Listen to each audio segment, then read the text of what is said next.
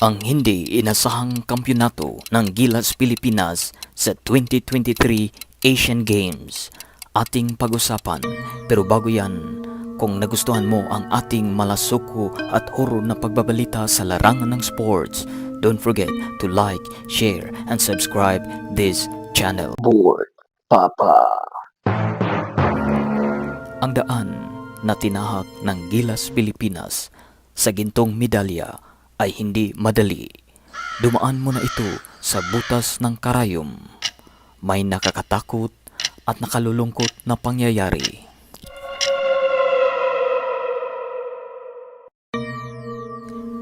Sa unang digmaan ng Gilas Pilipinas, walang problema noong una nilang pinatumba ang taga-Bahrain 89-61.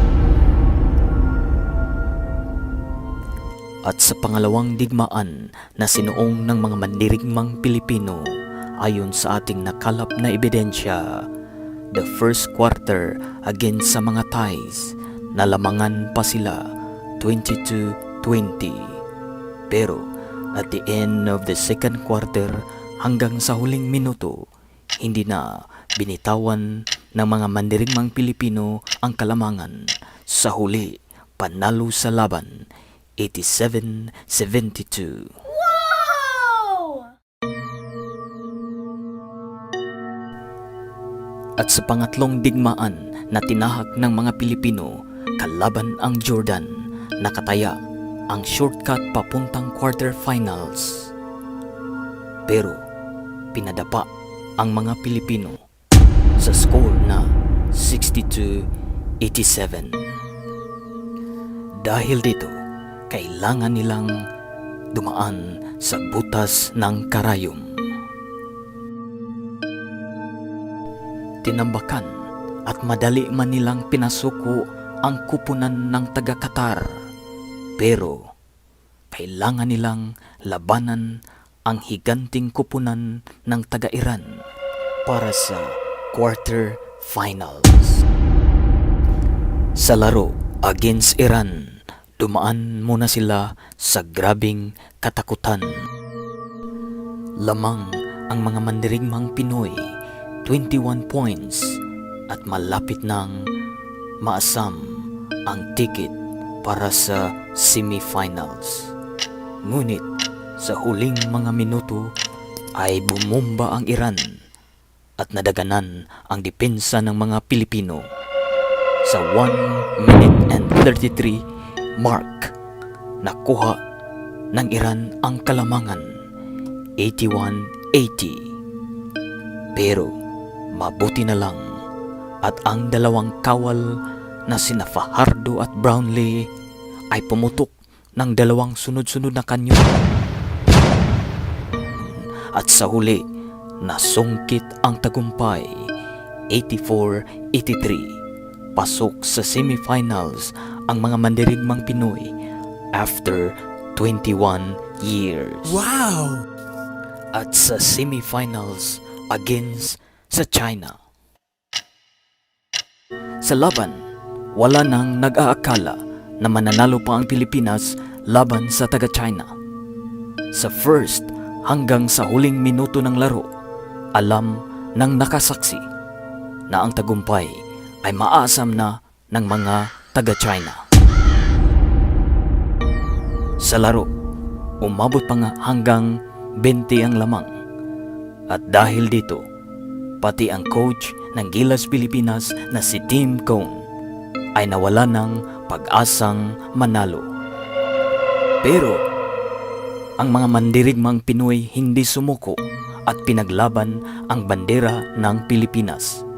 Sa pangunguna ni Justin Brownlee na pumutok ng 17 fourth quarter points, ay unting nabuhayan ng dugo ang mga Pinoy. At pinutukan nga niya ng 5-3 na kanyon at lahat pumasok sa bakuran ng taga-China.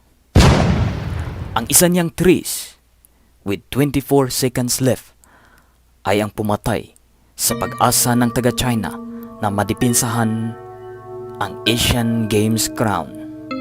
Sa huli, panalo ang Pilipinas 77-76. At dahil dito, nakabalik ang Pilipinas sa Asian Games Final matapos nga ang 33 years na paghihintay. Si Justin Brownlee ay nagtapos na merong 33 points, 5 rebounds at merong kasamang 4 assists. He scored the last 8 points in a 10-0 run. At ang panghuling digmaan na siguro nakatatak na sa isipan ng mga Pilipino. After 60 years, nasungkit ulit ng Pilipinas ang gintong medalya sa larangan ng basketball kontra Jordan 70-60. Marahil, ito na siguro ang isa sa pinakamasarap na panalo ng Gilas Pilipinas. Una, walang nag-akala na makukuha nila ang gintong medalya. Ang kupunan ay nabuo lamang ilang araw bago magsimula ang kompetisyon. Ilang araw kung bago maraming nadismaya sa nangyari sa FIBA 2023 na ginanap sa Pilipinas. Ang pangalawa, napaghiganti na rin ng mga mandirigmang Pinoy ang una nilang pagkatalo laban sa Jordan sa kanilang group stage.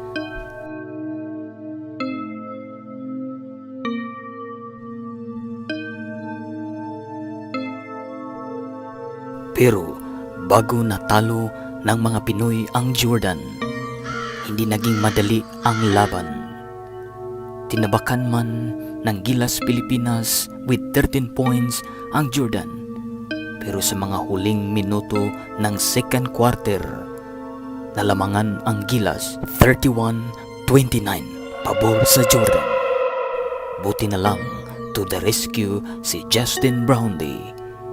31-31 at the end of the first half.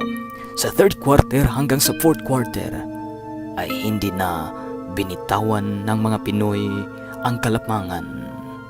Umabot sa 10 ang lamang. Huling araw ng digmaan, matamis na tagumpay ang nasungkit ng mga Pinoy.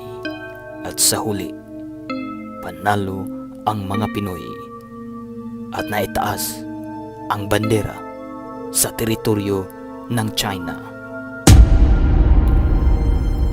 Ang tanong, makuha ba ulit ng Pilipinas ang gold medal sa gagawing Asian Games dito sa bansang Japan? Sa nakakatakot na balita, ating napagalaman na si Justin Brownlee ay hindi na nga makapaglalaro.